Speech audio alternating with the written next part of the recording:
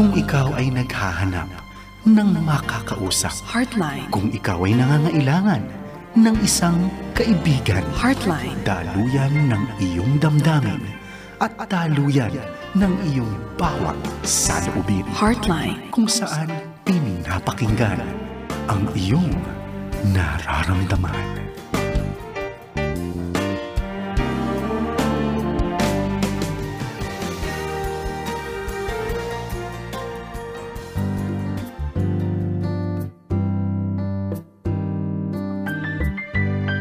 Magandang gabi, kaagapay. Ako po sila Rainier, kayo nakatutok na sa Heartline Tuesday Legal Edition. At napapakinggan tayo sa 702 DJS AM Band. At sa ilang mga kaparaanan pa, pwede sa Facebook, YouTube at IG. Ayan po, tuloy-tuloy po tayo sa pagbibigay daan sa inyong concerns, lalo na may kinalaman sa usaping legal. Ayan, tayo ay pwede mapakinggan. Pwede palang tumingin kayo sa ating website, dahil tayo ay Fires Broadcasting Company Philippines. Tumingin kayo sa febc.ph for more info sa ating gawain dahil tayo ay 73 years na without any commercial. Salamat sa ating Panginoon sa kanyang faithfulness and goodness, kaya tayo ay nagpapatuloy. Pwede rin po kayong mag-click ng donate now, lalo na during office hours, preferably syempre regular working hours. Ayan, para ma-assist kayo ng CCRD ng FEBC kung mag-click kayo ng donate now.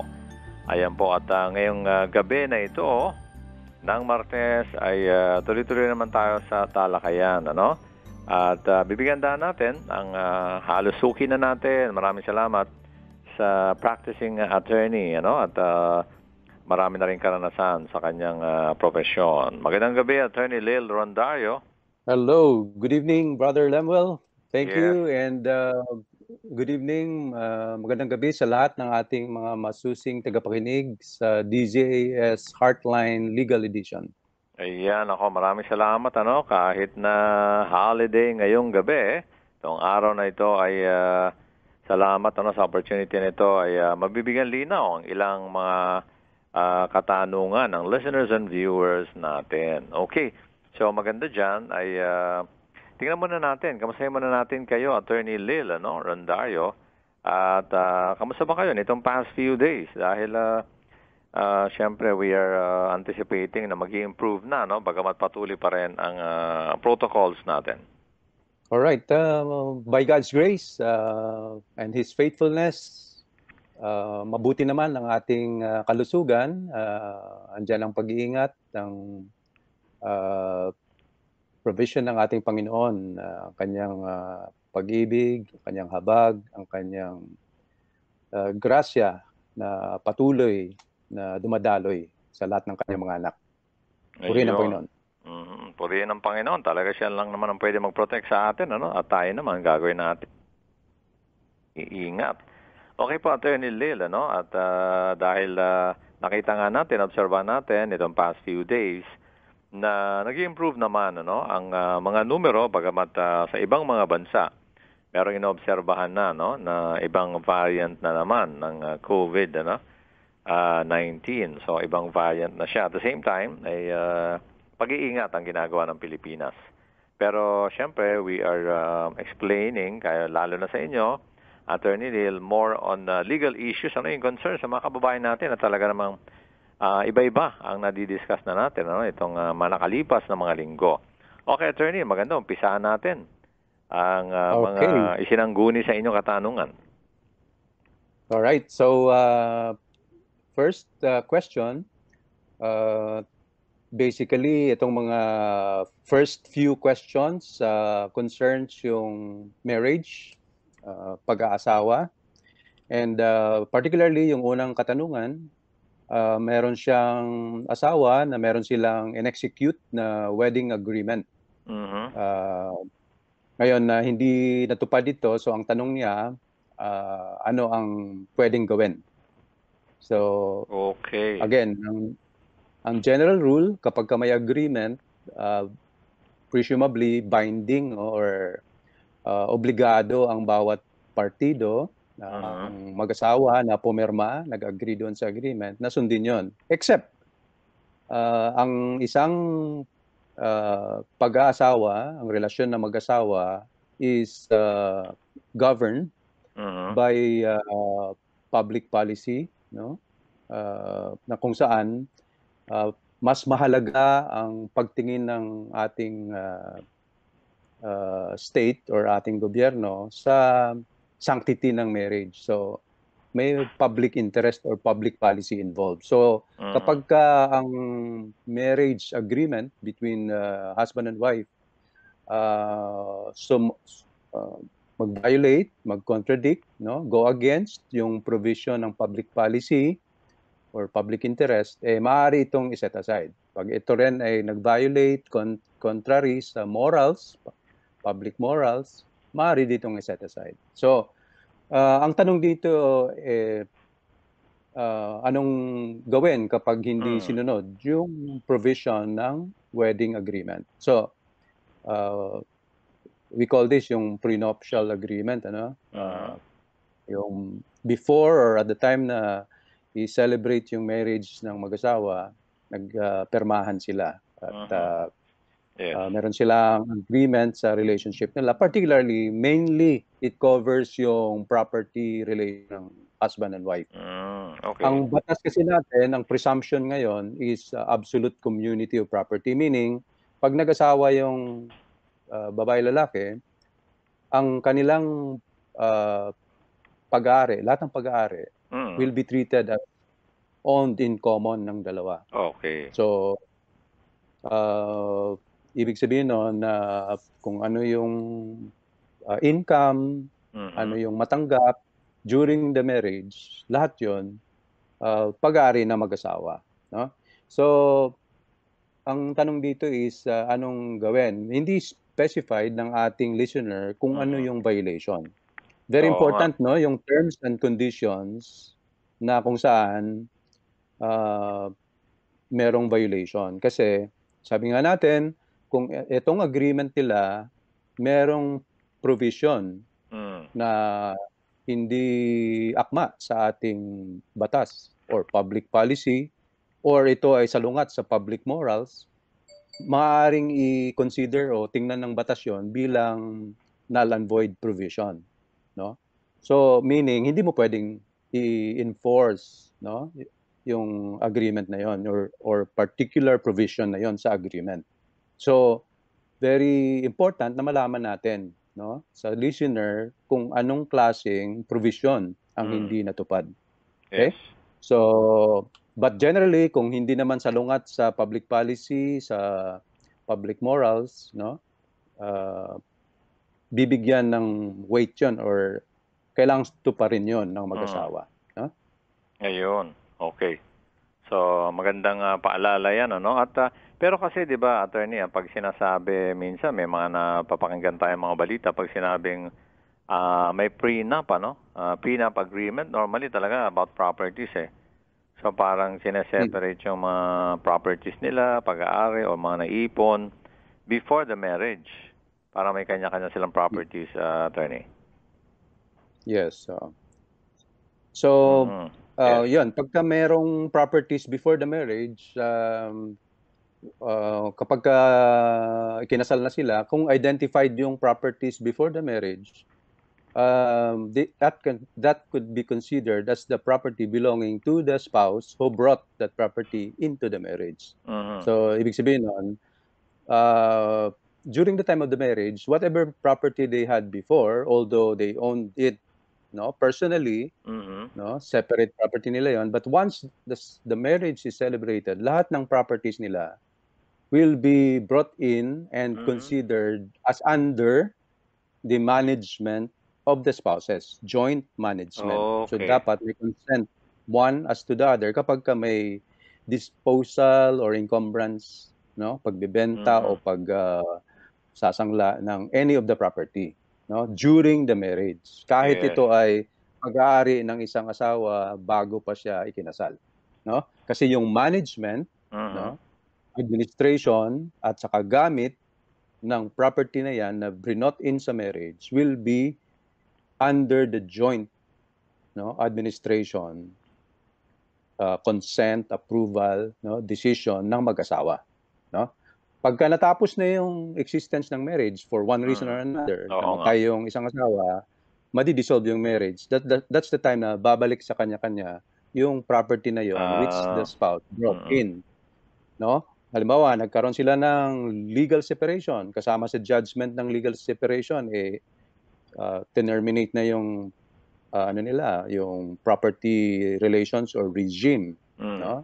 So, absolute or conjugal property relationship was terminated at the time of separation, no? It's either legal separation, annulment, declaration of nullity, no? Pag na-award na ng court yun, final na yung decision, that's the time na mati-terminate na, matatapos na yung pag-joint manage ng mag-asawa, no? So, babalik na sa kanya-kanyang spouse ang dati niyang brinot in na property.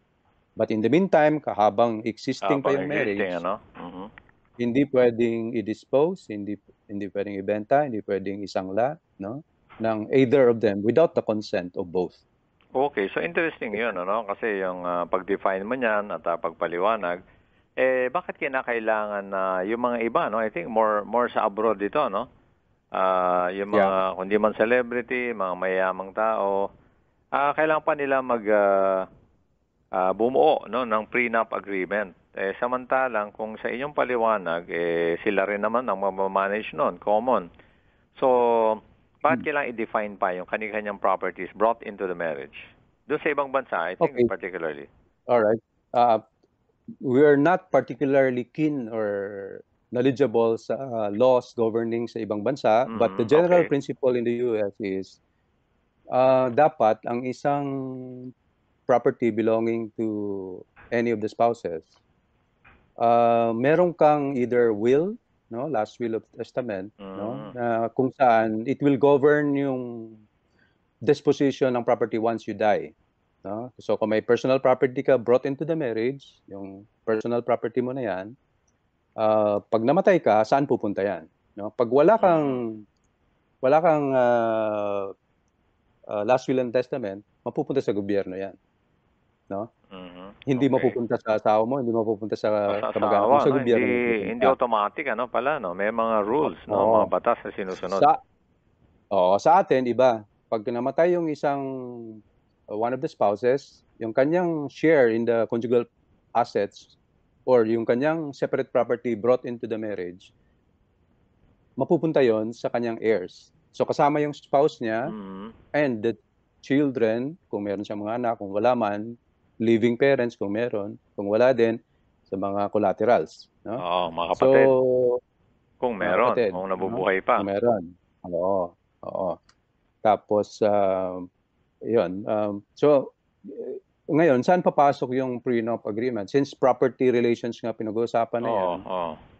Of course, ang practical reason yan is since yung spouse who brings into the marriage yung halimbawa sizable asset, no? Malaking asset yan.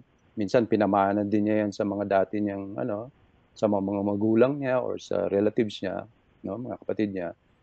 And that property, siyempre they want to preserve it doon sa line nila, family line nila, no? As much as possible.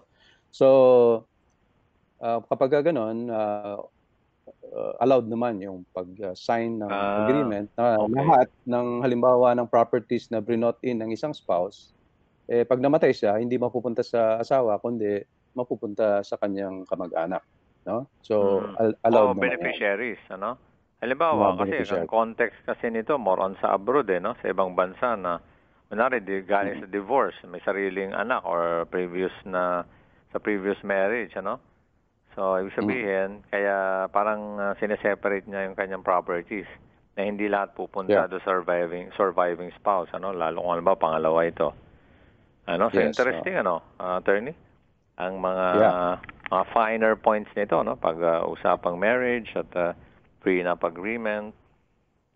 Iba pa yung dinala mo na doon sa Pilipinas, basically common, ano? Ang pag-manage nyo, yung husband and wife, ano? Kaya interesting siya. Okay, attorney. So, mukhang na yan, ample na, no? Sapat na yung paliwanag doon sa unang tanong pa lang na yan mula sa listener natin. Doon po tayo sa susunod na katanungan. Okay, so the next is about also a prenuptial agreement among the mag-asawa.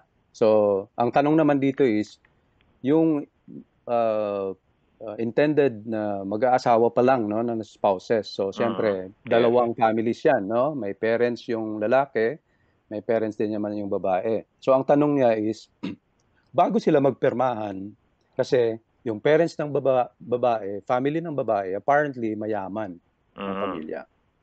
So, itong parents ng lalaki, yung listener natin, family niya, hindi gaanong mayaman. So, ang gusto ng family, parents ng babae, pipirma itong parents ng lalaki sa isang prenuptial agreement, no? And of course, we understand that ang ibig sabihin nun, lahat ng property ng babae that will be brought into the marriage, pag nahiwalay na sila, will be reverted back, no, sa babae kapag siya ay buhay pa, or sa kanyang family kapag siya ay namatay. So ganun ang magiging tenor ng prenuptial agreement. So hindi pa sila mag-asawa, akmang mag-aasawa pa lang sila. So Kaya ang nga tanong ng Nauna ating na yon. Siyempre, prenup no? Bagong kasalan, Yes. meron na palang ganun, ano? At saka depende sa stipulation, ano? Yung laman ng agreement. Right. So usually ang stipulation doon is yung pabor doon sa yung mayaman side. Oo, siyempre, no? Madalas ganun. Kasi nga siya yung magdadala ng sizable property into the conjugal or absolute community ng property ng mag-asawa once na nag-asawa sila. So, Correct. so ang tanong ng ating listener is, maaari po ba nilang hindi pirmahan yung proposed or imposed, should we say, na prenuptial agreement, no? Ibig sabihin, sinusubo ng family ng side ng babae doon sa family or sa lalaki na pipirmahan niya, no? So, ang tanong ng listener is, maaari po bang hindi niya pirmahan yon?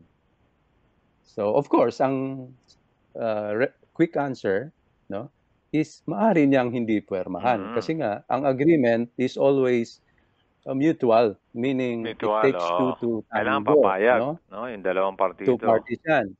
Oo. So, pag hindi pumayag yung isa, walang agreement. So, if the side of the listener natin, no, hindi sila pipirma, walang kasalan na mangyari kapag in-insist yung pag-sign ng prenuptial na yan, agreement, before the celebration of the marriage. So, yan, take it or leave it, ibig sabihin. Interesting, attorney. Kasi isipin mo, no, mag-aasawa nga dapat sila eh. Tapos hindi sila, halimbawa lang, hindi natuloy. Or baka hindi matuloy ang kasalan dahil merong disagreement o hindi magkasundo doon sa laman ng prenup, ng prenuptial agreement. So parang kinokontra niya yung original intent na mag-aasawa na sana sila. Yeah. So again, it takes two to tango. So choice palagi ng both sides 'yon. They can either compromise, give and take, kung medyo nagkaka-stalemate sila.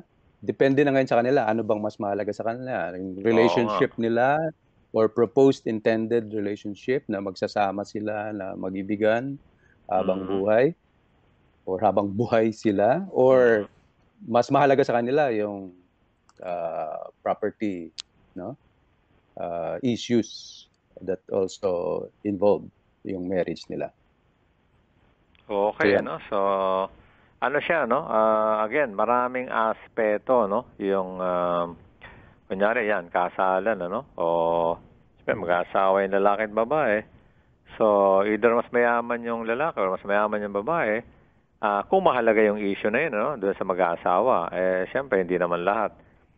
Big issue yan. Yung sa iba naman, pati yung detalye ng mga properties, assets, yung mga kung ano-anong ari-arian, talaga nakadetalye yun, So, yung balikan natin yung example, yung huling katanungan, yung pangalawang question, siyempre, hindi papayag halimbawa yung lalaki. Kaya lang, baka ma-question ng kanyang intent. Kasi, yun nga ang gusto ng babae na mas may kaya. So, babalik, kung magkahiwalay man sila. So anyway, Mm. provision lang naman ng contract yun, ano? Condition na nakalagay doon. Pero kung di naman pumayag yung lalaki, attorney, parang baka ma-question ang kanyang motibo naman, no? Bakit Yes. ayaw niya pumayag na, kasi ang lalabas noon, ang gusto niyang mag-a-agree siya doon sa kondisyon na kanila na yon, no? Or kaya parang magiging hati. Maghahati na sila doon sa whatever is the total, ano, na pag-aari ng mag-asawa during the marriage at pag wala ng kasalan or na pawalang bisa na, halimbawa, naghiwalay na sila, ihati na sila. So, ganun ba yan? May mga lumalabas bang ganyan? May na-encounter ka na mga similar circumstances sa iyong law practice, attorney? Yeah, there are cases mababasa mo sa mga decision ng Supreme Court involving marriages, no? And particularly affecting yung property relations ng mag-asawa. So, yun, pag may mga hindi pagkasunduan, no? From the start pa lang, bago ka mag-asawa, dapat malinaw na sa iyo yun kung ano yung you expect of your marriage. So, kung trust yung magiging issue, so yun. Whether you let go yung possible interest sa property ng yung spouse na who will bring in a sizable amount of property, value of property, because you want to show na yun na nga, hindi yun yung purpose mo. Kaya you enter into the marriage doon sa girl or the spouse that you're going to take into the marriage. Or yung iba naman talagang susukatin din yung trust nung mayaman na proposed spouse by conceding yung possible na magkaroon ng yung property niya, pupunta yung part of it sa lalaki kapag namatay siya, etc. So again, it takes two to tango. So kung ano yung mas matimbang sa decision nila, yun ang magpe-prevail. And it will also show the kind of people they are. But it's normal, it's also legal na yung one side will demand, no, as a condition before the marriage is celebrated, no, na magkaroon sila ng prenuptial agreement. Kasi nga part of it is history, no, yung historical din yan tradition, no, customs ng isang family, halimbawa, no, they want to preserve yung whatever is the heritage, no, legacy ng kanilang parents, no, through the generations. So, yun, we cannot judge, no, one party as against the other kapag may mga ganyang issues. So, again, ang karapatan nila, matimbang, no, attorney, na kung ano yung mahalaga sa kanila, yung binavalue nila sa kanilang family, na lalo kami mga talagang mahalagang assets na pinamana na very meaningful sa kanila. Siyempre gusto nila magtuloy-tuloy sa kanilang linya, no? So, interesting, ano? Iba-iba ang sitwasyon.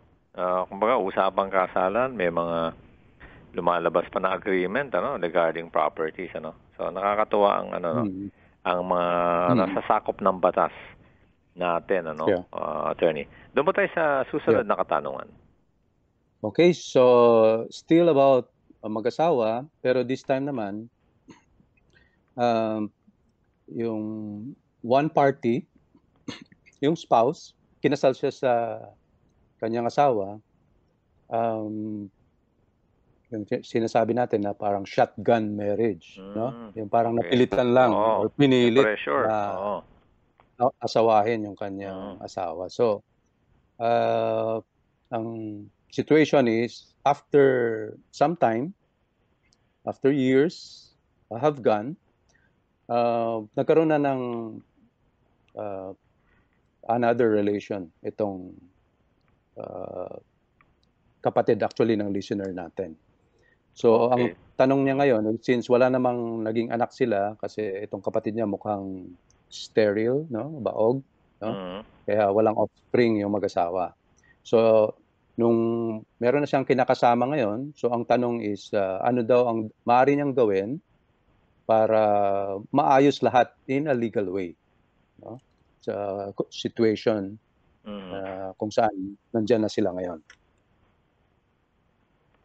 Okay, interesting to. So Iba rin tong sitwasyon dito. So ano ba ang tamang legal perspective dyan? Okay, so yung shotgun marriage, yung parang napilitan, may mga particular instances na yung civil code natin, yung family code natin, kine-classify kung saan siya magfo-fall. So halimbawa yung term kasing ginamit pag-aamba. Ibig sabihin yung parang merong ginawang threat, no? Or intimidation doon sa side ng kapatid nitong listener natin. So ibig sabihin, ang kanyang desisyon, okay, ang kanyang consent to that marriage, ang tawag natin sa batas medyo ang term is vitiated, no? Ibig sabihin na dilute, na nasaklawan ng doubt, no? Kasi nga merong threat, merong intimidasyon, no? Na meron siyang naramdamang pressure, no?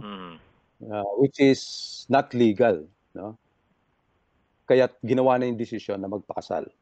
So kapag gano'n, ang tawag natin sa status ng kanilang marriage is voidable marriage. Meaning, it is valid. Pala. Yes. Voidable meaning it is valid, legal, until declared or a judge decided by the court in a proper case filed in court, no, to declare it as null and void, no, or to annul the marriage. So, yun ang nature ng voidable. Ibig sabihin nun, valid yun until you go to the court and ask the court na i-set aside yun, i-nullify yung marriage dahil nga ang kanyang consent ay hindi freely given, no, vitiated ang kanyang consent. So, ganun ang status nan. Kaya siya valid until annulled, no? Kasi nga andyan naman yung other requisites to marriage, no? Halimbawa, meron naman pwede, silang no? marriage Pag walang license. nag-file, tuloy-tuloy na yung marriage na yun. That's right. Yung affected party mismo, aggrieved party, pag hindi siya nag-file ng kaso, tuloy-tuloy na yun. Especially kapag meron siyang consent subsequently given. What do you mean? What do you mean by that, no? Ang tawag natin doon, yung act mismo, yung behavior ng isang spouse na yan, na from the start, vitiated ang consent niya, no? Through intimidation, threat, or force, no? Undue pressure. Kapag after nawala na yung threat, intimidation, force, no? Undue pressure, pag nawala na yon, ang expectation ng isang natural, ordinary person is, sasabihin niya, ayoko na sa marriage nito and I'll ask the court to declare it null and void. Kasi nga, wala akong consent dyan pinilit lang ako dyan That's the normal reaction, di ba? Behavior. Ngayon, without filing a case in court, but the aggrieved party na yan, after na nawala na yung threat, intimidation, force, or undue pressure, decided to continue living, no, together with that spouse, cohabiting with the spouse, no? They live together as husband and wife, no? After na nawala na yung threat, intimidation, force. Tuloy pa rin naman sila. Yes. So, pag nag-cohabit pa rin sila afterwards, ang tawag doon is na-cure na yung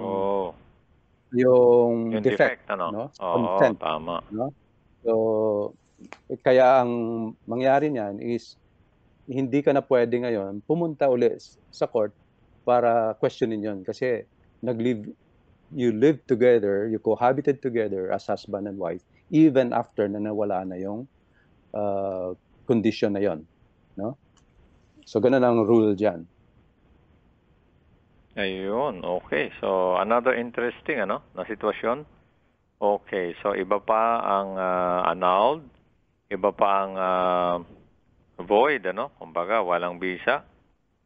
Tapos Yes. iba pa tong voidable, So Yes. iba-ibang kategorya yung marriages, attorney?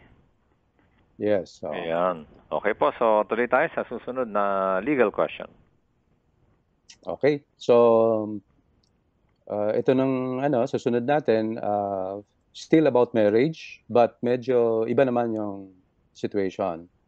Ang kanyang family member, no? Teenager.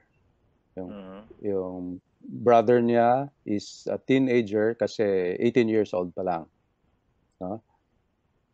Nakabuntis ng mas may edad, no, na babae, 25 years old.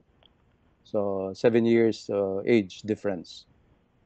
So ayaw ng parents ng lalaki, no, na ituloy yung marriage.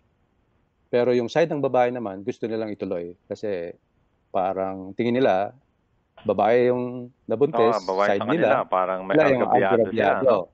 Oo. So pagka ganun, ano bang dapat gawin daw? So again, marriage, no, is an agreement, although it's a special kind of agreement, no, with public interest, public policy involved. Actually sacred yan kapag Yes. mga religious or Christian believer, sacred yan, no, yung relationship ng husband and wife. So it takes two to tango. Ibig sabihin, meron dapat agreement, freely given yung dalawang parties. Hindi mo pwedeng i-impose o pilitin ng isang party, no, to go into the marriage kapag ayaw niya, no? So pwedeng tanggihan nung side nung lalaki, no, na who is a minor. Actually 18 years old is now medyo na siya, majority age, pero still kailangan pa rin ng consent ng parents and the kailangan pa rin family gabayan, code. So pag ayaw ng side ng lalaki na ituloy yung kasal, hindi pwedeng i-impose ng side ng babae. Okay? So yun ang sagot doon. Of course, ang side issue niyan is anong mangyari ngayon sa pagkabuntis ng babae? Siyempre magdadalang tao na yun, Pregnant na. Yes. So may ibang issues na, di ba? So Magkakaanak na ang sila issue naman doon eventually. is yung support naman, child support, custody ng bata, yun yung magiging issue niyan, no? When the time comes. Pag ipinanganak yung bata. Oo nga. Okay? So yan, interesting, talagang pag inisip mo, pwedeng sabihin na okay, na in love So, gano'n na nangyari. Pero because yung edad, factor pa yan, mahalagang factor yan dun sa ugnayan ng dalawa, lalaki at babae. At pumapasok pa yung authority ng mga magulang kapag minor, attorney, syempre. Yes. Ayun. Okay, so another interesting na katanungan. Doon po tayo sa susunod. Okay, so still about marriage. With another twist naman ito. So, mag-asawa sila and then naghiwalay. Ultimately, ibig sabihin, physically, no? From bed and board, nagkahiwalay sila. Hindi sila magkasama, no? Pero andyan pa rin yung marriage nila. Okay? Now, itong listener natin, nagkaroon na siya ng another relationship, no? And he wanted na magkaroon na sila ng annulment sa kanilang pagsasama or kanilang marriage relationship. Ipapa-annul na nila. Nung sinabi ng listener natin na lalaki yan sa kanyang estranged na wife, although meron silang agreement na magkahiwalay, pero ibang pagkaintindi ng dalawa. Akala ng Ang lalaki, hiwalay na in the sense na hindi na sila mag-aasawa, gano'n. They won't treat each other as husband and wife. Wala nang relationship sa kanila. Ang pagtingin naman ng babae, hiwalay lang tayo sa bed and board. So, separation in fact lang. Oo. Not Pero siyempre, in the legally, no, kasal marriage pa rin. relationship. Yes. So, yun ang naging problema ngayon nitong listener natin. Ano daw ang pwede niyang gawin? No? Ang pwede niyang gawin is, since nagkahiwalay na nga sila, in fact, meaning it seems na meron silang hindi pagkakasunduan, kapag from the start, valid naman na-comply naman yung mga requirements to a valid marriage, ibig sabihin, talagang valid naman yung kanilang pagsasama bilang mag-asawa, it turned out lang na nagkahiwalay sila afterwards, no? The only possible na ground na maaring maanal ang kanilang marriage o ma-declare na null and void is yung tinatawag sa family code natin na ground of psychological incapacity. Merong technical yan, mga requirements, no, especially under the mga decisions ng Supreme Court, yung doctrine dyan, which strictly dapat matupad yon. And before magiging successful yung any petition to annul or declare as null and void yung marriage on the ground of psychological incapacity, it is advisable na dumulog muna sa isang clinical psychologist, no? Ang any of the spouses, no? Para matingnan, ma-interview sila, no? As well as those who are knowledgeable doon sa upbringing ng mga mag-asawa na yan, no? Before they went or they got married.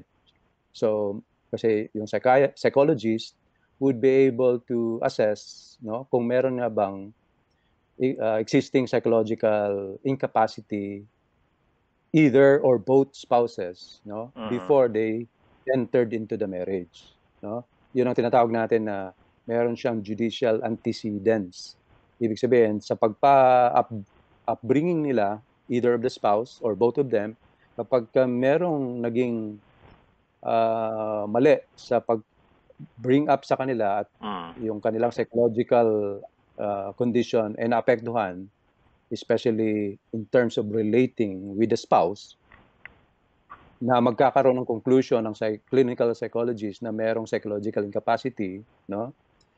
Kapag ganon, there is a greater chance na kapag na-file the case in court at may paliwanag doon, mapakita lahat ng mga ebidensya, testimonya ng mga parties at saka those who know them from the time na they grew up, kapag napatunayan yun in court, then there's a chance na ma-declare as psychological incapacitated any of them or both of them, and then ma-declare as null and void ang kanilang kasal. So that's the only probable case, no, na maaari nilang ma-consider if talagang decided na nga itong listener natin na ma-declare as null and void ang marriage niya with the wife, no? Yun, okay. Interesting, ano? Talagang interesting. Iba-iba ang mga detalye, no? At siyempre, iba rin ang assessment dyan at ibang recommendation, ano? Yung mga hakbang na legal. Okay po, attorney. Doon po tayo sa kasunod na legal question. Okay, so ito naman, medyo konting departure from yung trend of questions a while ago. This concerns about yung relationship naman with the lawyer ng ating kliyente. Okay. Particularly yung attorney's fee, no? Na kanyang binayad, no? Kapag hindi natuloy yung kaso, maaari niya bang kunin, i-refund sa kanya, no, itong attorney's fee na kanyang binayad? So ang sagot diyan is depende. Kung meron nang nagawa yung lawyer niya after na matanggap yung kaso sa kanya at after na nagbayad siya, ang principle, no, ang tawag ng batas natin sa legal ethics,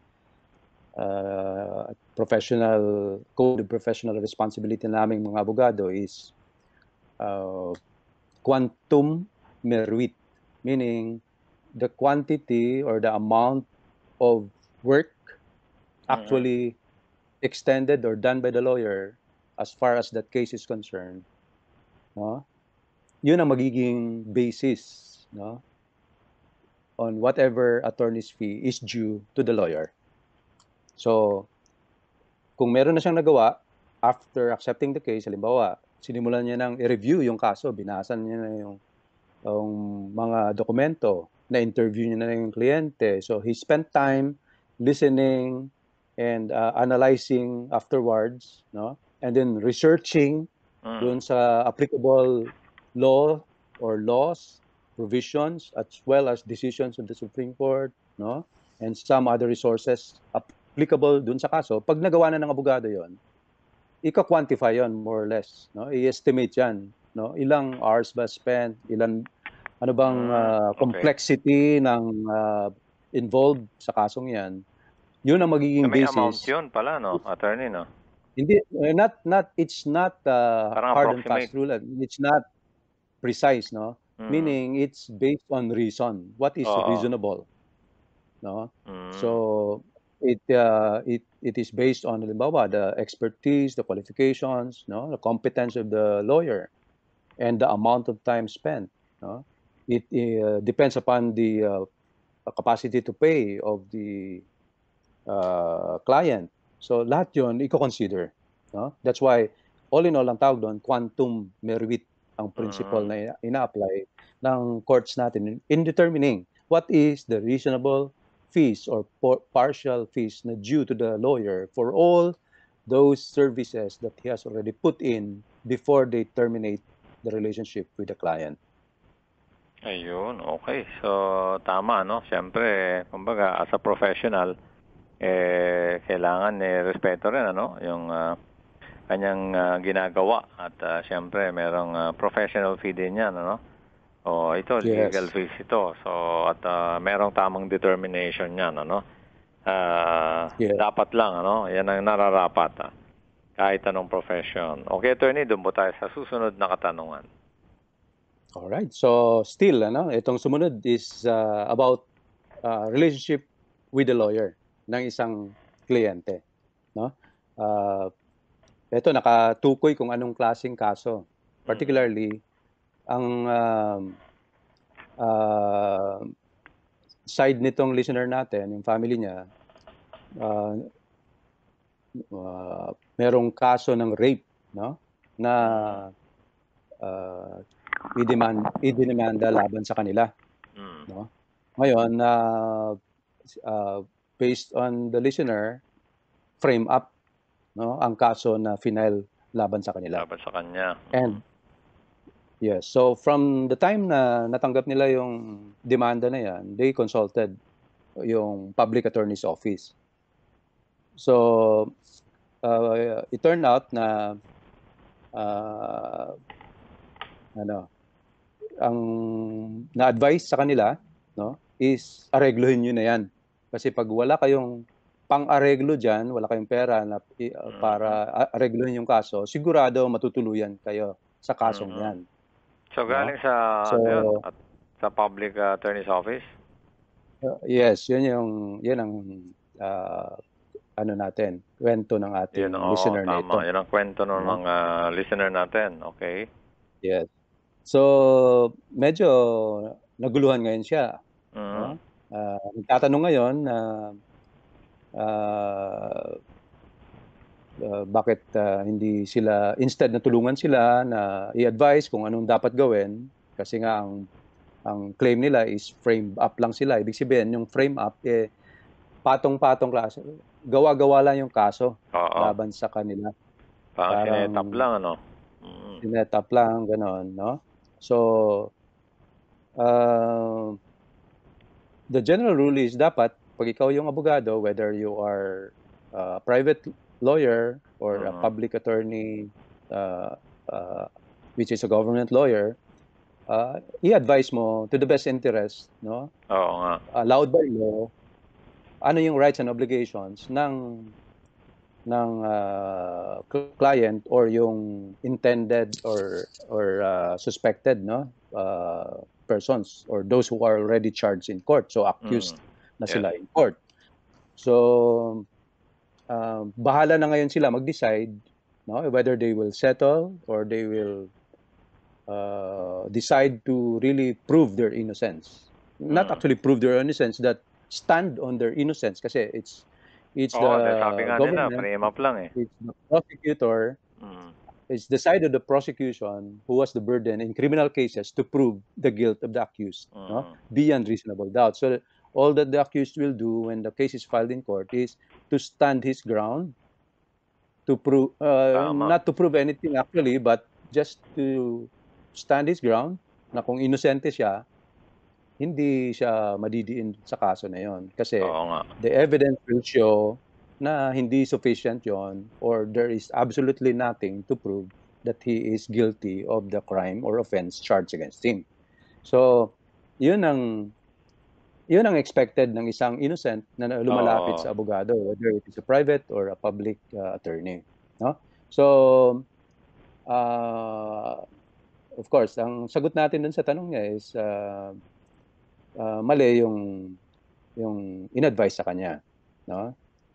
Assuming that ganun nga yung in-advise sa kanya ng PAO na nakausap nila. Yes. No? Kasi bata yan sa salaysay, ng ating listener.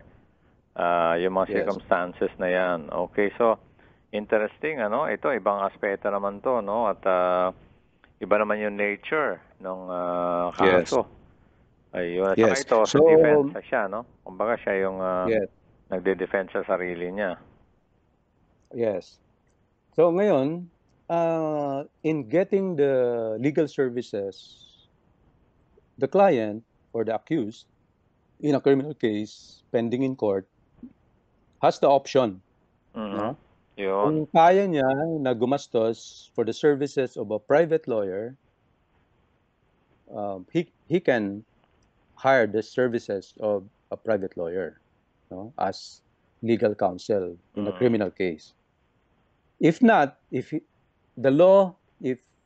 a person is considered yung indigent, meaning wala siyang income sufficient to spend to cover his expenses other than yung survival niya, yung food niya or clothing or shelter. Pag wala siyang sufficient income, para gastusan pa yung services ng private lawyer, the government is obliged to provide the legal services, and that is through the public attorney's office.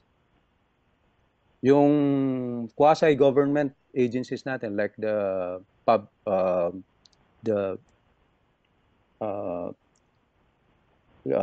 legal associations like kami, members ng Integrated Bar of the Philippines, IBP. Meron ding another associations like Philippine Bar Association, meron Legal Aid Society, Legal Aid Services ng isang university law college, Yes. So lahat yon can render free legal services, So yun ang possible na alternative kapag indigent o hindi kaya gumastos ng isang accused, sa isang kaso ng criminal case. Now, even for a civil case, for that matter. But in this case, yung rape case nga, this is what this listener can do, they can approach or they can go back to the PAO lawyer na sinabihan sila ng ganon, and they will insist na ilalaban yung kaso. They are innocent, they are innocent, and the truth will come out. They can maintain that, and tell the PAO lawyer na nakausap nila na ituloy yung paghawak ng kaso nila, assuming na qualified sila as indigent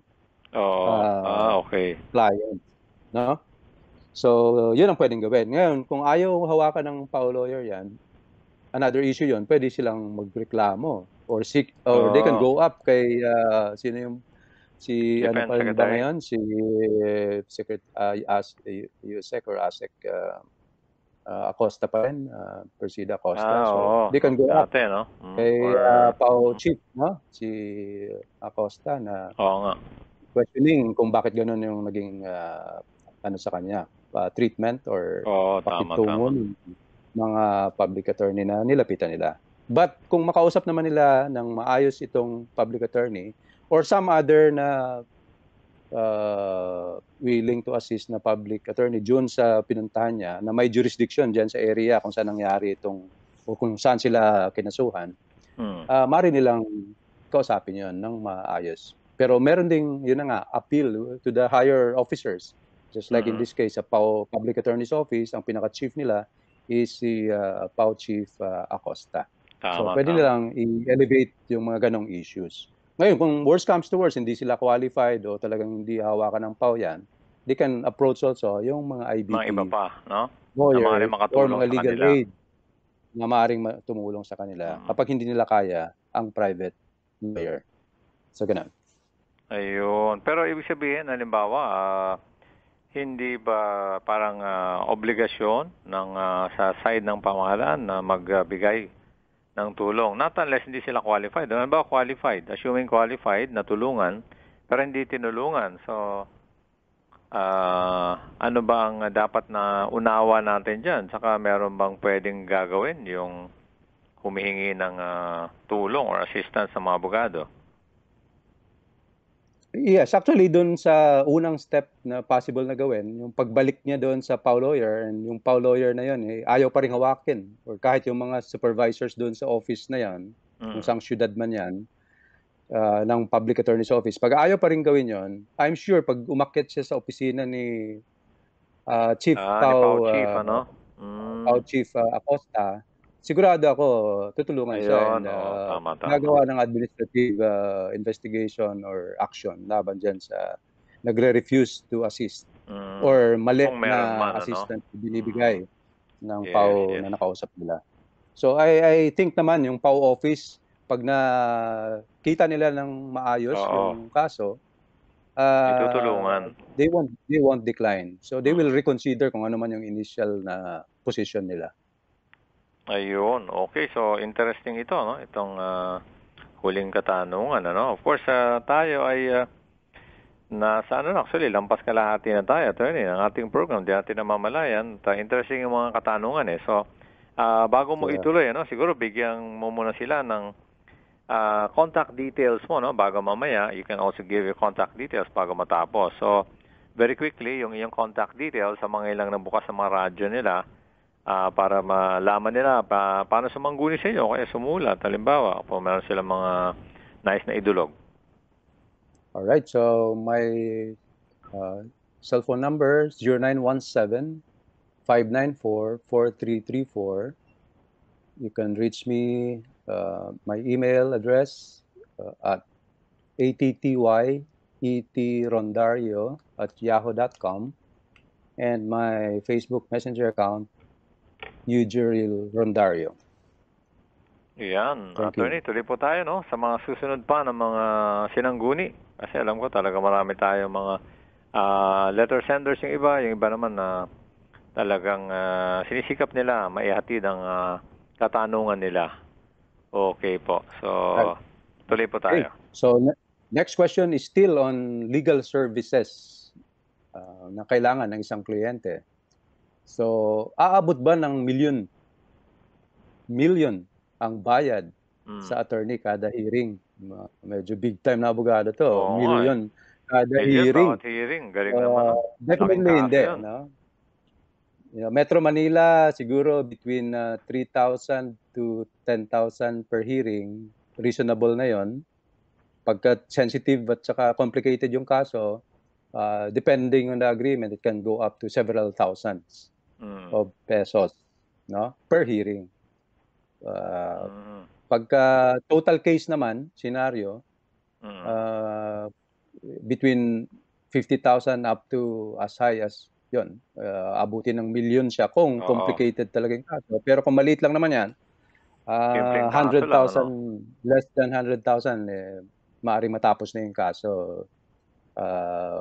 You will be able to not spend the whole of the amount. So again, depende sa nature ng kaso, capacity to pay, competency ng lawyer, no? Location kung saan yan, baka out of town yan, no?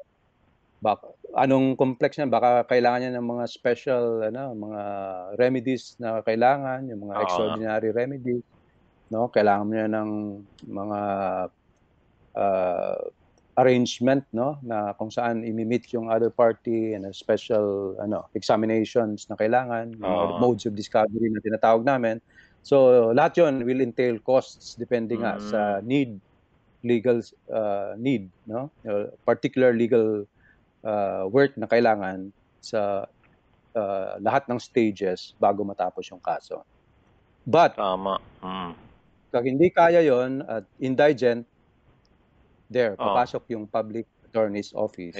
Pag walang kakayahan, indigent yung isang tao na nangangailangan ng legal services.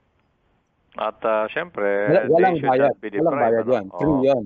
Yeah, libre talaga yun. Pero dapat makaasa sila, kumbaga the best pa rin, legal service na ipagkakaloob, attorney. Yes, oo. Ngayon naman, makikita naman natin, there are a lot of our public attorneys who are excelling in rendering yung public service na yan, no, to our needy constituents, mga kababayan natin. Okay, interesting yun, ano. At yun nga, no, kasi syempre, dahil kayo ay professionals din, so merong may fee rin sa mga serbisyo ninyo, ay kasama naman talaga yan. Ikaw ba, attorney, siguro medyo a little bit ng trivia, no? Naalala mo ba nung medyo bago ka pa lang dati na nabigyan ka ba o parang naibayad sa'yo dahil medyo hirap ang kliyente? Ano ba, in kind? Meron ka bang karanasan na gano'n? Na dahil bago pa lang siya? Yeah, almost none, ano.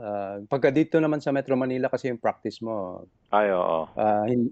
It rarely happens na meron gano'n. Nangyayari lang sa probinsya. Sa probinsya. No? Pag medyo malalayo yung capacity to pay ng mga is based on their whatever they produce. Correct. So kung fisherman siya, siyempre fish products, kung agricultural farmer siya, siyempre agricultural produce kasi yun nga source ng income nila. But here in Metro Manila, working halos dito, lahat nagtatrabaho, so they have income. So in a way, they pay. Malit man yung may babayad nila, but still those are in cash, no? Yes. Very seldom lang na meron.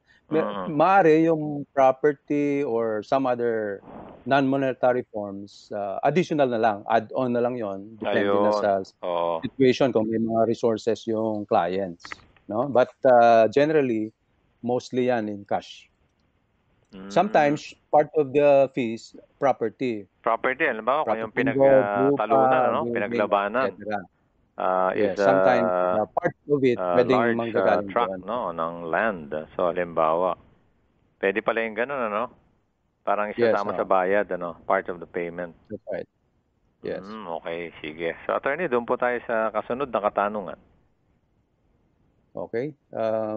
Still about legal services, so pagka merong kaso sila involving lupa or lote, ano bang kailangan daw niya? Public attorneys sa public attorney's office or private attorneys? The only way to qualify sa public attorney's office is if you are indigent. No? Wala kang income. Yun talaga, sufficient income. No?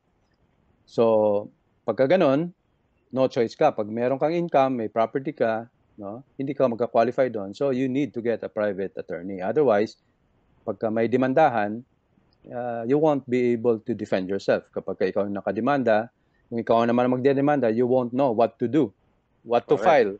Ano yung dapat mga requirements na i-comply mo para hindi ma-dismiss yung kaso mo. No? So you will need a private lawyer kapag may kakayahan ka to pay.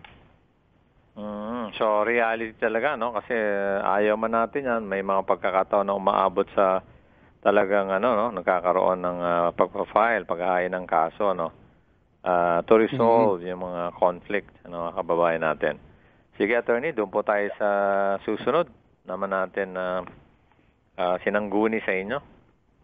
Alright, so still on legal services na pangangailangan ng ating listener, merong nabili silang lupa sa Laguna at yung mga iba-ibang tao na wala namang kinalaman or wala namang interest dun sa property, bigla na lang pumasok, pinosisyonan yung lupa nila na nabili. Nag-stay sila doon. At sila nang parang kiklaim na may-ari, no, ng lupa na yon. So, ano ba yung kailangan daw? Kailangan ba nila ng abogado or kailangan nila ng special power of attorney?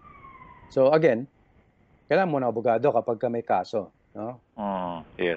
Whether that is a public attorney, pero dito kasi pag may lupa ka, you have to get your own lawyer. So it's presumed na may kakayahan ka kapag may pag-aari kang lote, kaya mong bumili ng lote, kaya mong bayad ng abogado. So yun ang presumption. So you will need a lawyer. Pangalawa, special power of attorney, kailangan ba? Kailangan yun pag wala rito yung may-ari na registered owner ng lot na yan. So, para ikaw yung magre-represent. The problem is, under the present rules of procedure, no, kailangan when you file the complaint involving yung recovery halimbawa ng possession ng property in court, kailangan mong isama na yung affidavit of witnesses doon sa complaint. So if, for example, yung bumili ng lote na yan is the registered owner, tapos nag-abroad siya, naiwan yung family member dito, kapatid. At walang kaalam-alam kung paano niya nabili yung lote na yan.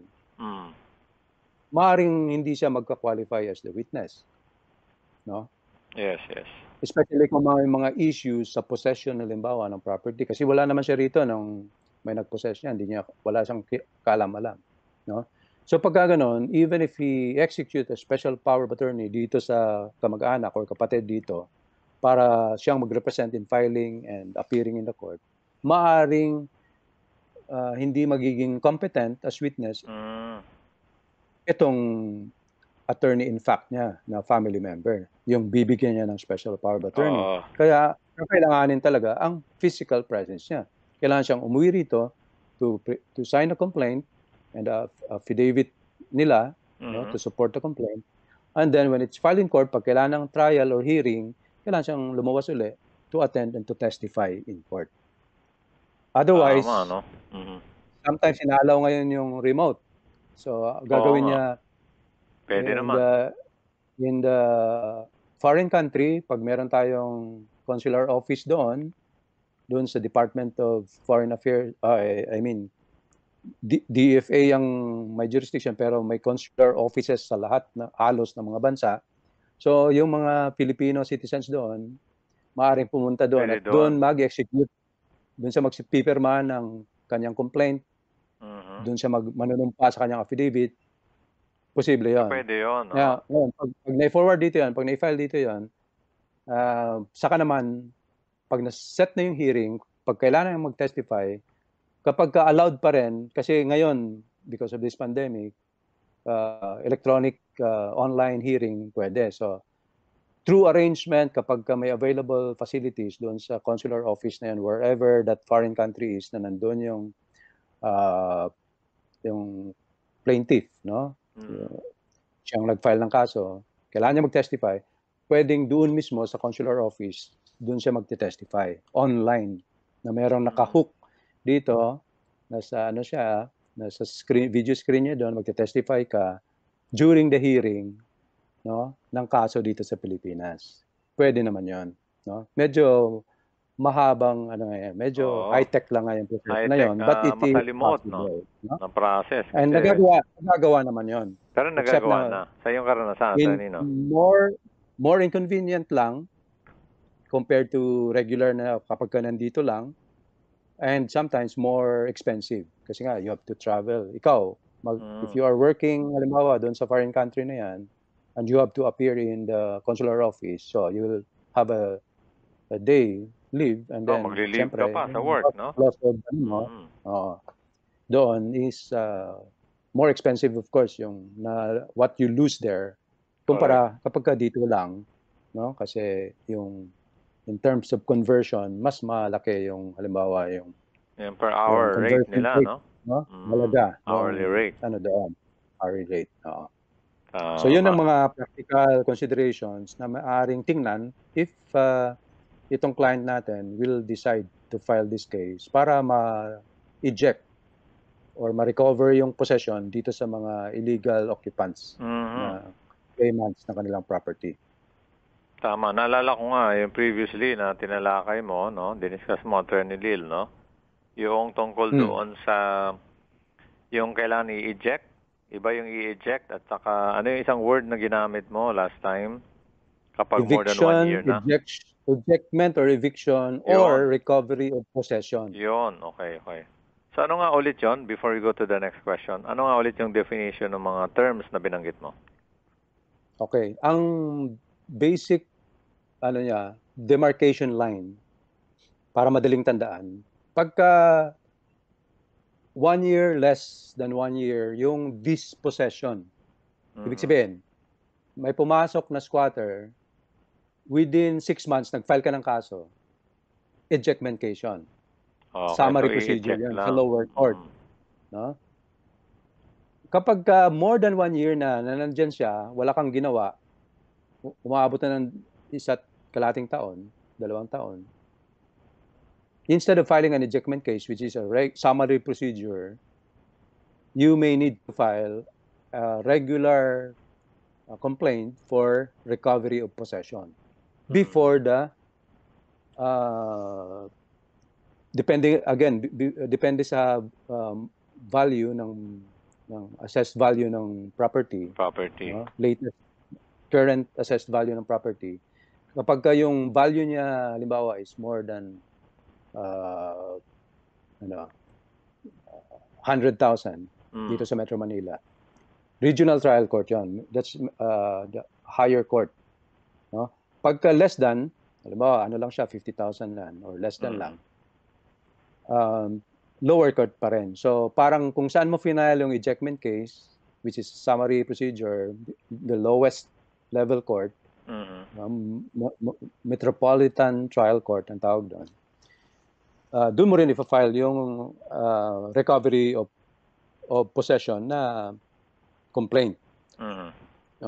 Pero pag ang halaga is, halimbawa, mas valuable yan, 500,000, 1 million, 5 million yung halaga ng lote mo, ipa-file mo yan sa Regional Trial Court, no? Which is the second level court, no? Which has jurisdiction sa recovery of possession of real property, no? So yan ang magiging ngayon basihan in filing yung case. Before 1 year lang ba? 1 year or before 1 year? Or less than 1 year yung dispossession niya? Yeah. Or more than 1 year. So depende ngayon kung anong klaseng ipa-file niya na complaint at which court.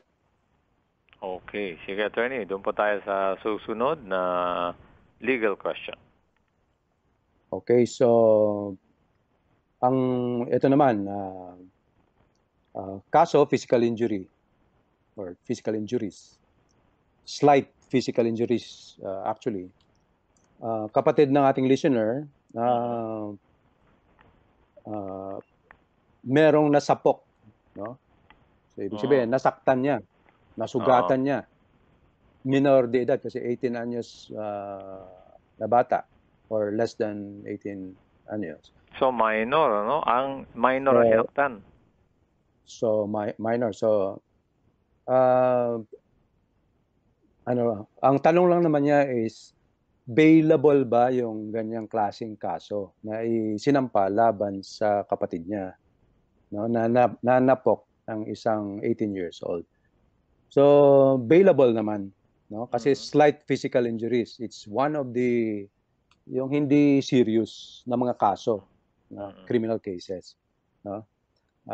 So it's bailable. Bailable, no? Siya pero criminal case siya, di ba, attorney? Criminal case siya.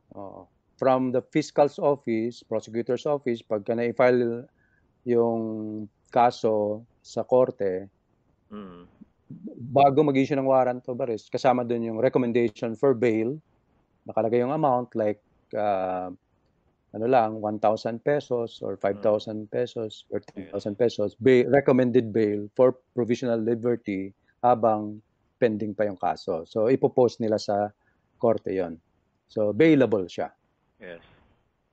Yun. Okay. So, yun yung tanong niya, no? Pero yung bailable nga yung kaso, pero yun ba ang, kumbaga, nagde-determine ng bigat nung nangyari? Kasi, di ba, bata ito minor eh.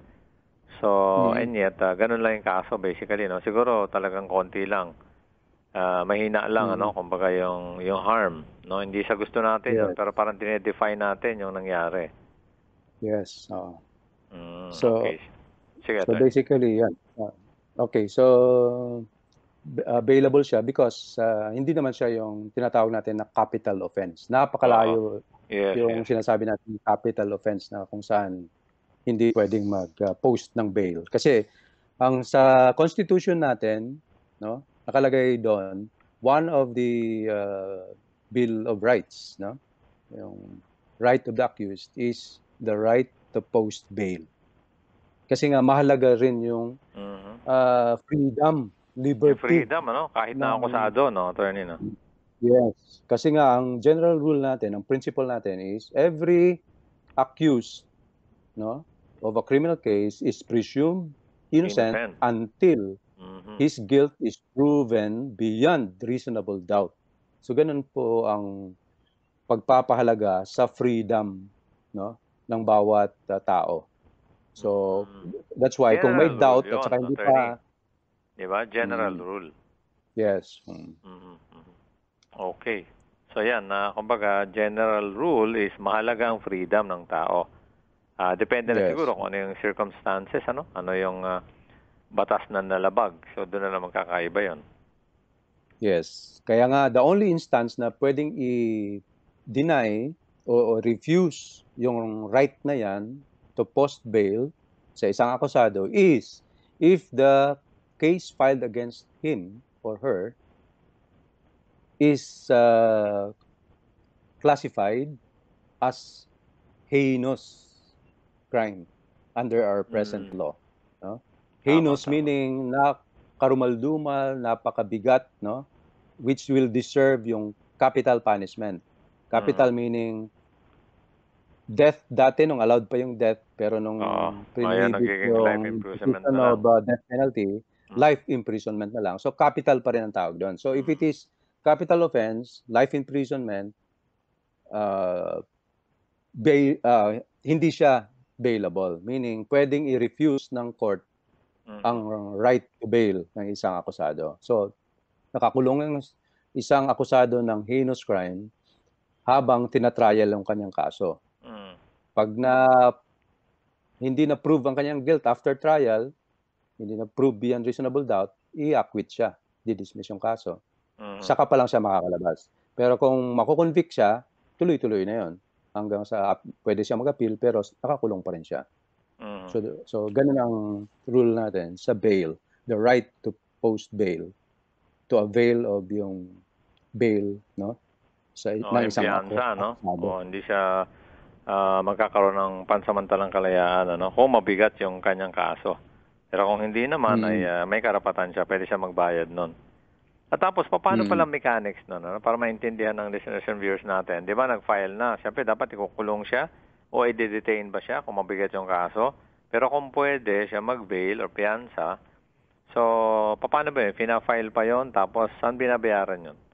Sa court mismo, kung saan halimbawa nakapending yung kaso, yun, pwede siyang pumunta doon. Ngayon, kung medyo hindi accessible yun kasi nasa ibang lugar siya, whatever is the resolution, nasa resolution kasi yan ng prosecutor which conducted the preliminary investigation halimbawa or those officers which filed directly in court yung information or pinaka-formal complaint, no?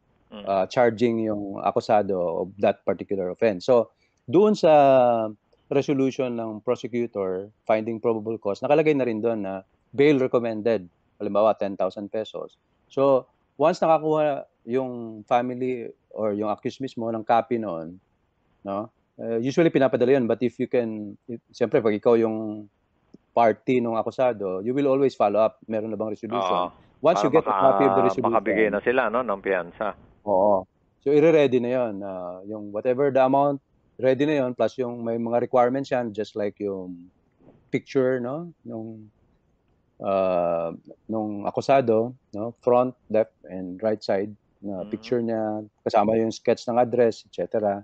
Lahat yun kasama sa i-file niya na application for bail. May form naman yan, pipilapan lang niya. Tapos ipopost niya sa korte or yung family member niya will post together with him. Ngayon, may konting, may konting twist, no? Yung ibang court, stricto talaga. Once na mag-file ka ng bail, technically, pwedeng sabihin ng court, habang pinoprocess yan, wala ka pang kalayaan. Detention. Oo. Detention cell ka muna, diyan ka muna sa baba sa police, no? Habang pinoprocess yan. Pag na-approve na yung bail mo, sufficient lahat yan, na-issue ko na yung order, yan na ngayon ang release paper mo, may bail ka na, so pwede ka na ngayon makaalis doon sa detention facility. So, pwede ganun. Or, yung iba naman medyo reasonable na korte, hindi naman, wala namang danger na tumakas yan. Kahit doon mismo, nag-aantay sa lobby, corridor, sa labas ng korte, no? Habang pinoproseso yung papel. No? Yung bail. Doon lang siya, ibig sabihin, nasa custody siya, legal custody ng korte mismo. No? So, hindi na kailangan ibaba pa doon. Kasi, depende ngayon, may discretion. Implementation, ano? Kung nag-implement. Oo. Kaya yung pag dating sa stricto na judge, pag sinabi sa'yo, baba ka doon. So, ipapiano ka. Pag nasa detention ka sa police, papiano ka muna. Di ba? Yung fingerprint na lahat ng daliri. Ngayon, pagka hindi stricto masyado, yung piano na yan, maaaring nakalagay na lang dyan, yung pinoprocess na yung ano mo, dyan na mismo sa mga ng korte. Okay. Ako, interesting pala yung point na yan. Bago tayo pumunta sa susunod na tanong, Attorney Lil. Pag sinabing, di ba, yun nga, yung word kasi doon sa nakakaintindi o madalas na didinig, siguro napapanood sa mga pelikula. Pag sinabi na ako, nagpiano na. So, ibig sabihin, ano yung status nung akusado? Tapos, may record na ba siya? Ano nang status niya? Kasi piyansa siya. So, pansamantalang kalayaan, di ba, pag bail. So, technically, meron siyang record. So, nakinasuhan siya. Nakinasuhan siya. Ano nang status ng kaso niya? Ang question niyan is kung saang record ba meron. So, depende na ngayon uli. Kung mga light offenses lang, kagaya nito, physical injuries lang, there's another question sometime later. It's also about this, no? Na kapag very light lang yung offense, no? Kagaya nito, meron ba siyang record niyan sa, halimbawa sa NBI? Yung permanent record na nakasuhan. Oo, kasi pagka nag-decide siya to travel abroad, halimbawa, kailangan niya ng clearance ng NBI, baka lumabas yun. So, yun ang tanong related to this, no, sometime later. So, ang tanong dyan is, kung saan final yung kaso mismo, halimbawa, doon siya nagpiano, ibig sabihin yung piano kasi yung fingerprints, di ba, ng isang akusado. Pag nandun yung record niyan, may kaso siya doon. So, pag doon siya pumunta to get the record, maaaring mag-reflect doon na may pending case siya. Pero kung nagpunta siya sa NBI, physical injuries yan, normally, hindi naman pinapakialaman ng NBI na investigahin pa yung mga physical injuries. Pagka maliit na kaso yan, wala silang mandate to do that. Bahala na yung mga police na agencies to do that. Walang kaso yan. Walang record yan na pino-forward sa NBI. So, pagka ganyan kasing light offenses, usually, pag mga light offenses, wala namang mga hold departure yan. Kasi hold departure, pag mga serious offenses. So, pag may hold departure, yung korte na nag-issue ng hold departure at warrant of arrest sa akusado, minsan nagpapadala yan sa lahat ng agencies, including the NBI. So, that's the time na meron kang record sa NBI pagka medyo serious yung kaso mo. So, ganun yun. Pero kasi, di ba, kaya papalabas ng hold departure order because there is a risk, no? Mataas ang risk na tatakas. Yung iba nga mayayaman o influential, tatakas sila. O meron sila mga nakakausap, kaya kumbaga nakagawang paraan na possibly makatakas sila, makalabas ng bansa. So, pero ang status nila, Bakit sila bibigyan ng warrant of arrest? Ano yon? Because understood na ba Um, natataka sila? it's either na hindi sila nag-post ng bail Mhm. pagka na-file na yung kaso sa simula pa lang, or nag-skip siya ng bail. Nag-post siya ng bail Ah, tapos na-set yung na-require siya to attend the hearing, absent siya without reason na present, pwede mag-issue ng warrant of arrest yung okay. korte. Mm. Kasi nga Yeah. temporary no? Liberty lang kapag Oo. piyansa.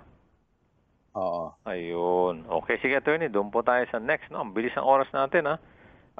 Nasa mga 20-25 minutes na lang tayo, hindi natin namamalayan. Sige po, sa kasunod na katanungan tayo. Okay. So, ang pinsan ng ating listener, yung kapatid niya, hinataw. Ibig sabihin, Pinalo. nasaktan yung kanyang Mm. pinalo, no? Mm. Ang kanyang kapatid.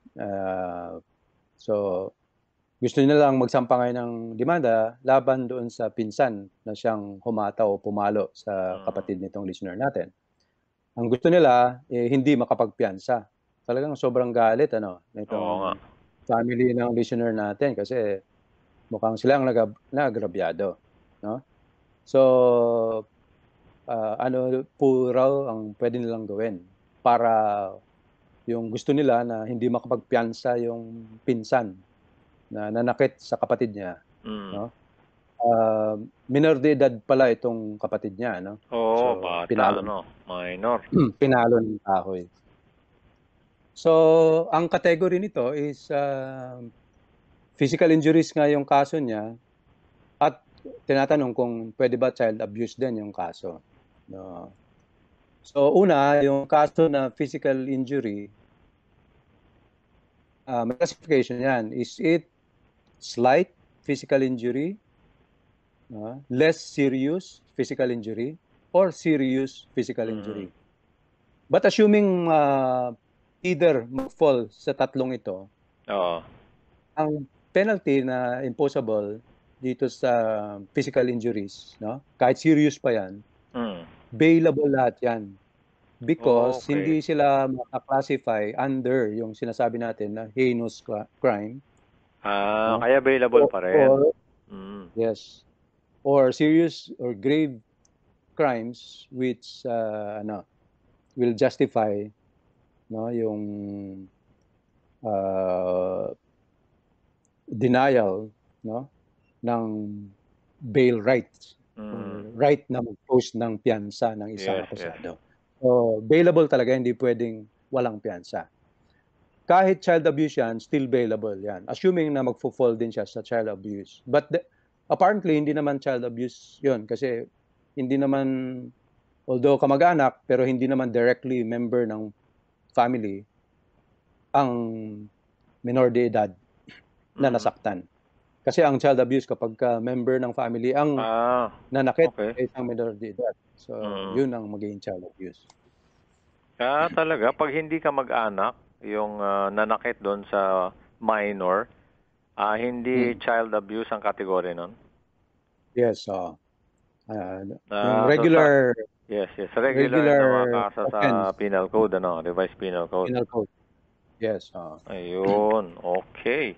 So, interesting din yun, parang simple lang siya, pero kailangan maunawaan, yung circumstances at yung possible na batas na nararapat para doon, at kaparusahan. Okay, attorney. So, doon po tayo sa susunod na tanong. Okay, so still about physical injuries. Tanong is, pagka video, no, doon sa actual na na act mismo na pag inflict, no, pananakit na ginawa ng kakasuhan ng partido ng listener natin, at saka medyo malabo yung kuha ng video, sapat ba raw yon na ebidensya para magiging confident sila na hindi sila magabyado pag na-file na yung kaso? So, yun. Ang sagot is, video, tas kaso malabo. malabo. So, Pag ano ba malabo, ang mga issues dyan? siyempre malabo. malabo talaga. Oo, So, malabo pala yung video no? malabo eh. So, malabo talaga. So, ibig sabihin, ang number one, ang evidence, una, is yung physical injuries, may medical certificate dapat. Yun. So, right after na nangyari, ang nasugatang bata, dapat dadalhin doon sa doktor na mag-examine, no? Mag-issue ng medical certificate. Ano ba yung Nangyari, no? extent ng kanyang physical injuries, no? Serious ba yan? Ilang araw ba yan bago humilom? Yun kasi ang basihan eh. Whether it is classified as slight, less serious, or serious physical injuries. It depends upon the duration of time to heal ng patient. Okay, tama. So pagka less than 9 days yan, 9 days less, that's slight physical injuries. If it's more than 9 days, less than, I think, 30 days, less serious. Pag more than 30 days, no, serious physical injuries na yan. So, ganun ang basis in classifying kung anong klaseng isasampa na kaso. And paano mapatunayan yun? So, siyempre, medical certificate. So, ang medical certificate is the first requirement, sufficient evidence, no, para magbi-build ka ng kaso. Pangalawa is, paano mo mapatunayan na siya yung nag-assault sa'yo? So, yung video malabo, pero pwede rin yung eyewitnesses. Kasi ebidensya din ng testimony, no? Hindi yung mga present sa lugar. Ang eyewitnesses. So, kung ikaw yung complainant, pwede yun. Pwede Dapat lang maging personal testimony mo. Hindi ba bias yun? Kasi ikaw rin yun. Pwedeng sabihin bias, pero kung ikaw lang naman talaga yung witness kasi walang ibang present at time, depende na ngayon yan sa husgado sa pag-evaluate on how you give the testimony and what testimony you give. Consistent ba yan? No? Wala bang nagko-contradict yan? No? Based on common, ano ba yan? Laws of nature, no? And yung common experience ng tao, kapanipaniwala ba yan? Credible ba yung complainant witness na yan to testify? Kasi nga wala siyang record ng nagpa-falsify siya, wala siyang record ng moral turpitude ang tawag na yun na kaso, no? Pwede siyang paniwalaan kahit siya lang nagbibigay ng testimony. So pwede yon, no? Ngayon pag may testigo to corroborate, mas maganda yon. No? Pero hindi mo kailangan mag-produce ng video kasi bawal yon. Dapat kung sino lang yung sino nakarinig, sino nakakita, okay? Nakaamoy, nakatouch, lahat ng may personal perception or sense, no? Doon sa experience na yon, sa pananakit, pwedeng magiging competent witness, no? So yun ang the way to prove yung isang kaso, no? So yun ang ebidensya kapag ka malabo ang video na ipe-present mo, no? Tama, no? So pero halimbawa malinaw yung video, ito ba yan, no? Tinatanggap na ebidensya sa korte, attorney? Tinatanggap naman pagka it's ano lang, i-authenticate mo lang. And then of course dapat walang mga na-violate, no, na ano, mga privacy law, ano? Privacy law. So yan. Ayun, okay, interesting, ano? Pag meron ng technology yung gamit, medyo nag-iiba na ang sitwasyon, ano? At saka yung how to address, ano, kung ano yung kaso man, ano? Okay, attorney, so pagka may mga, sige po. just to clarify, no? Kapag may mga electronic evidence or data na kailangan yan, i-refer yan sa cyber department, no? Cyber group, no? Cyber crime division group ng PNP, no? So anti-cyber crime group, no? Mag-evaluate yung sa worthiness nito para bilang ebidensya. Yes, may technical capacity sila, no? Expertise to determine, halimbawa itong video evidence nito, authentic ba ito? Baka maya tinamper to, in-splice to, merong in-insert dito or may dinilit dito, mga ganon. kailangan may technical expertise. Para pag ginamit yun, walang technical objection na Oo, maaaring yung kabila. maging cause na i-discard or di-deny yung pag-admit ng particular video evidence na yan. Okay, attorney, doon po tayo sa mga ilan pa, no? Siguro a few more questions mula sa listeners natin. Okay. Ito naman, may reklamo din. Binasura ng barangay yung kaso na nireklamo nila tungkol sa pagkasuntok ng anak, no? Anak nitong listener natin, sinuntok siya nung kaedaran niya. Gusto nilang turuan ng leksyon yung nanuntok na yon, no?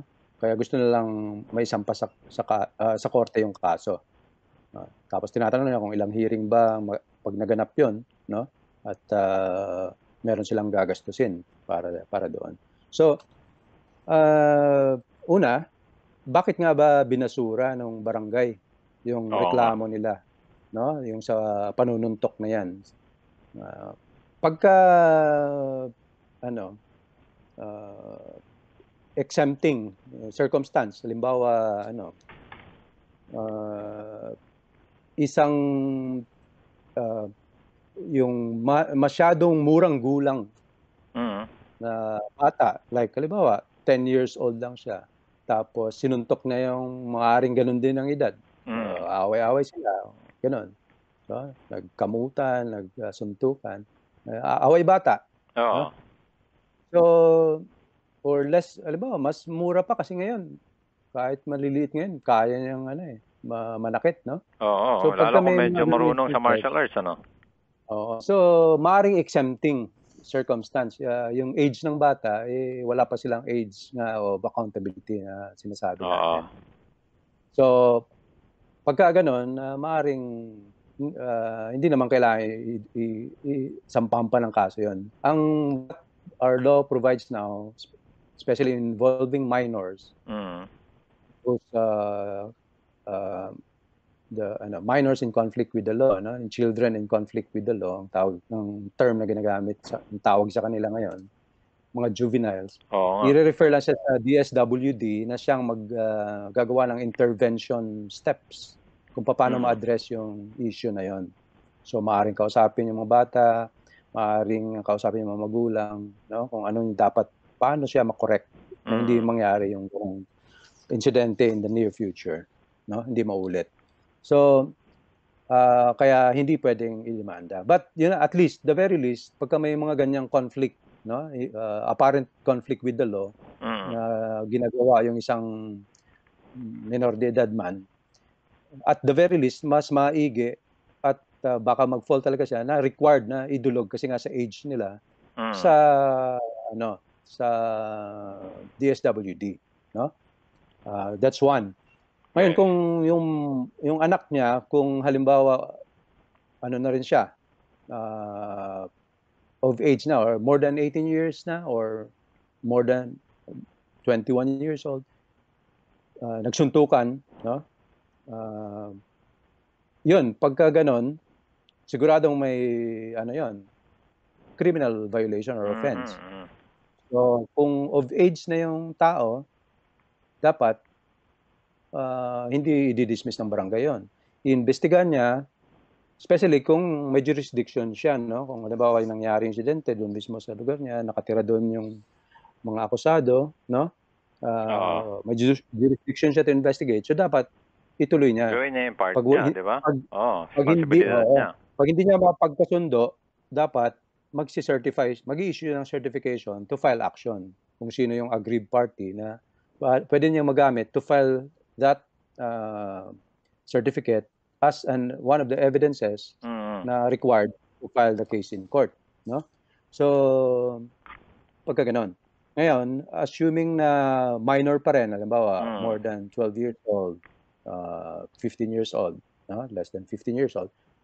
So, still, juvenile siya, pero children in conflict with the law, again, dapat i-refer siya sa barangay. I mean, sa Sa DSWD. DSWD ng barangay. Mm. Oo. Yes. So, para magawa yung what the law provides na steps or remedies pagka may mga ganyang children in conflict with the law. So, at least may gagawin yung barangay, hindi niya basta-basta i-dismiss na lang para parang walang nangyari, gano'n. So, dapat may intervention. Kasi there was conflict or violation of the law. Exempting man or medyo ano man, correctable man yung instance, hindi naman siya talagang full pa rin yung serious in the sense na ginagawa ng mga adults yung mga crimes, no? Ibig sabihin, may intervention remedy na what the law states na dapat i-refer yung mga government agencies like the barangay, no? What to do sa mga ganong kaso. So instead of dismissing, i-refer na sa DSWD. Ayun, okay. Siguro So, isa na lang katanungan ang mabibigyan daan natin tonight, Attorney. Alright, sige. So, okay. About libel naman, at saka cyber libel, ito ba ay pwede nilang ikaso laban sa mga nagchichismis sa kanila, no, sa Facebook. So, yung mga maraming sunod-sunod na kaso dito, almost mga about libel, no, or cyber libel, or mga yung sexual harassment, no. So, it's either done electronically sa mga text or email messages, no, online. So, meron tayong batas about libel, meron ding batas about sexual harassment. So, first about libel, ordinarily kung hindi online nangyari, no, hindi electronically nagawa yung libel, yung batas natin on the revised penal code punishing yung libelous remarks, pwedeng ikaso 'yon, no? Ngayon pag ginawa 'yon online or electronically, no, through cellphones, magiging cyber siya. The same as libel lang 'yan. Only the mode, the means of doing it is done electronically, kaya siya naging cyber libel. Ang difference lang is it's 1 degree higher ang penalty ng cyber offenses, no? So any libelous remarks, no, against a person, defaming his character, which is false, no? Tapos done electronically, cyber libel 'yon. Pag hindi electronically, ordinary libel 'yon, na kaso pa rin. Kaso pa rin. Oo. Ngayon, sexual harassment naman. Ang sexual harassment is now covered by yung Safe Places Act or law natin, no? Safe places ang tawag. So, maraming fronts 'yon na pwede mangyari. So, not only sexual harassment before sa opisina lang, di ba? Ngayon, almost all aspects ng buhay ng isang babae o lalaki man, no, maaring magfo-fall kapag merong sexual harassment na nangyari at any of those places or any of the places in the sense na hindi lang yung geographical but even online or on the internet, cyber or or online harassment ang gagawin, no? Maaaring mangyari 'yon. So, kapag ang isang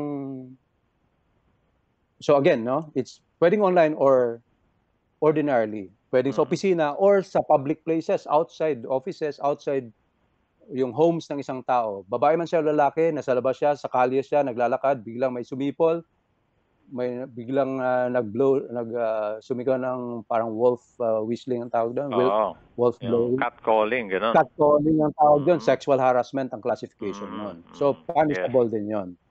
Pwedeng sampahan ng kaso, except that you have to identify. Dapat makita mo yung face ng tao na yon para alam mo kung sinong ididemanda. Sino, tama. Pag nakita mo, kahit ikaw lang, kung wala kang witnesses, okay lang yon. But if you have witnesses, the better, no? Para mas ma-document mo, maraming mako-corroborate yung testimony mo, no? Pag nangyayari yun online, no, ganun pa rin yun. So long as it is gender-based, no, ibig sabihin nun, there is an assault based on sexual condition ng isang tao. So it's either committed by opposite sex or the same sex, so long as it is relating to the sexuality ng isang tao, gender ng isang tao, sexual harassment ang tawag doon. And punishable din yan sa batas natin. Kahit saan siya mangyari, sa opisina man yan, sa public places, halimbawa sa PUVs or taxis, Yes. lahat ng public places, cinemas, cafes, no? Kapag merong nangyaring ganyan, sexual harassment, in any of those places, whether physical, geographical, or online, no? Still, tawag pa rin nun, violation of the safe place law or sexual harassment or sexual assault law natin.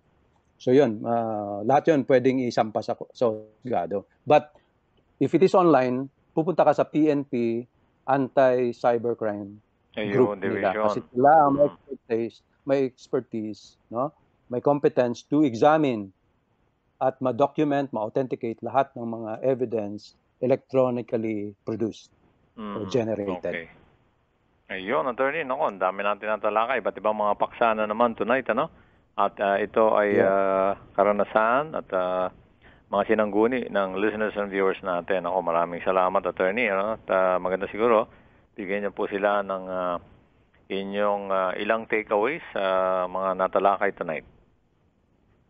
Okay, so itong ngayon, sexual harassment na issues nagiging prevalent ngayon even in times of this pandemic. Maraming mga nagko-complain na merong mga nangyayaring harassments kahit naglalakad sila sa kalye, sa gabi, pauwi sa bahay, kahit sa opisina sila, yung mga ka-office mate nila, no? May mga pasaring na ginagawa sa kanila sexually, no? Which pose as a threat sa kanilang not only safety, physical safety, but even yung emotional condition or safety nila. So pag na-stress sila because of that, because they were sexually harassed, they were catcalled, no? Wolf whistled, they were stalked, no? Not only physically stalked but kahit yung cyber stalk, no? Sa online mayroong mga stalkers. Lahat 'yon pwede nilang sampahan ng kaso. So huwag silang magtubili. Kung cyber yan, pupunta sila sa PNP Anti-Cybercrime Group ng particular police station in the area, no? Sila ang mag-assist. Ngayon, pagka sa office yan, pwede silang lumapit sa kanilang mga administrators, managers na makapag-assist sa kanila. Ang mga offices ngayon, like it can be private offices, no? Yung commercial offices, or yung mga institutions of learning, no? Mga schools, required ngayon, dapat meron silang officer in charge of enforcing yung policies, no? Ng protection against sexual harassment. So merong officer dapat na naka-designate. Na pag may mga policies, dapat naka-post yan sa offices, no? Yes. We are not tolerating yung sexual harassment at any place, and then any incident na mangyari, report it to us, no? To your officers, no? Mga ganun. And we are going to conduct an investigation. Dapat meron din silang committee, no, na naka-assign to investigate yung mga ganung instances to protect yung safety emotionally and physically ng lahat ng mga empleyado. So not only there, again, sa public places, the law also protects yung rights both of not only men but especially women, no, laban sa mga sexual harassments done through the acts, through the words, no, ng any person for that matter. So again, dudulog lang tayo sa proper police agencies natin. Ngayon, yun namang sa mga may mga concerns about yung properties natin, again, best to consult a lawyer. It can be a public attorney or a private attorney kapag kaya nyo. But best to consult kapag may mga kailangan kayong ayusin o harapin na mga issues, legal issues affecting your property. Ganon din sa mga marriage relationships, it's best to consult a lawyer kapag meron na kayong mga issues na ganyan. And kung hindi kaya, you can go to the public attorney's office, but if you can afford, you can hire a private lawyer to consult before you take the next steps, no? Para you are guided kung paano ma-approach ng maayos at hopefully ma-solve yung mga legal concerns nyo with the other party. So, in closing and in parting, I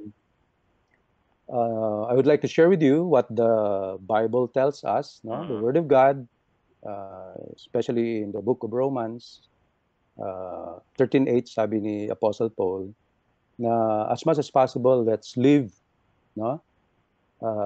Let's not owe one another except yung love for one another. Because if we love our neighbors, we fulfill the law of Christ. If you love your neighbors, you love your fellow men, you will not think of doing any unjust, illegal, no, offensive ways towards them. Rather, you will look after what is good for them. And you, wala kang sakit sa ulo, wala kang potential legal issues na kakaharapin because your heart is free, your heart is actually blessing the other person instead of being a cause of problem to the other person. So in that way, ang ating bansa ay mas lalong mapabuti at tayo ay mamuhay na masaya ayos sa harapan ng Diyos.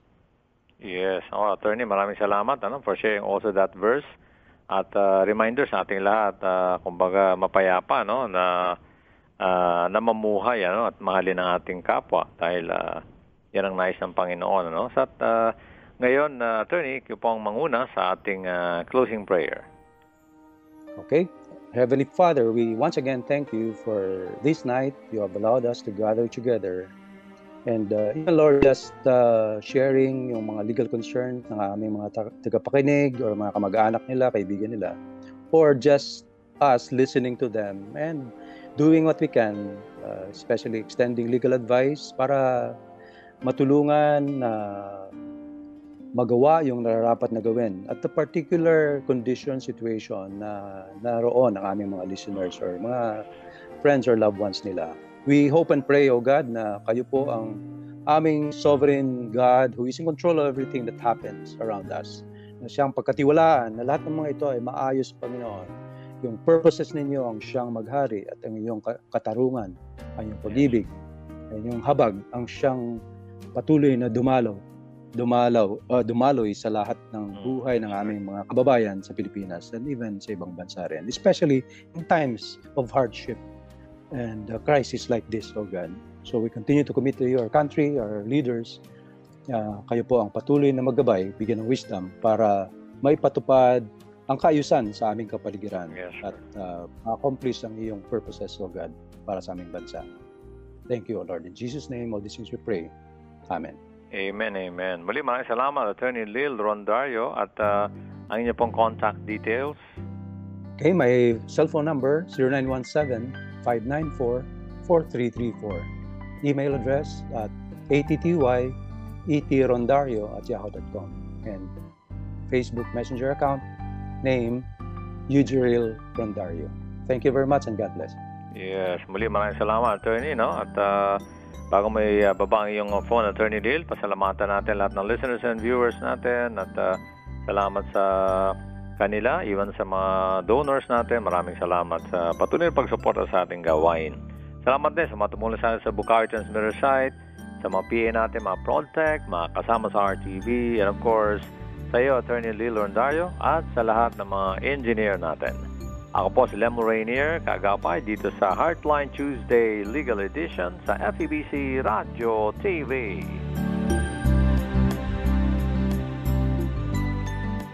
Heartline, kung saan pinapakinggan ang iyong nararamdaman.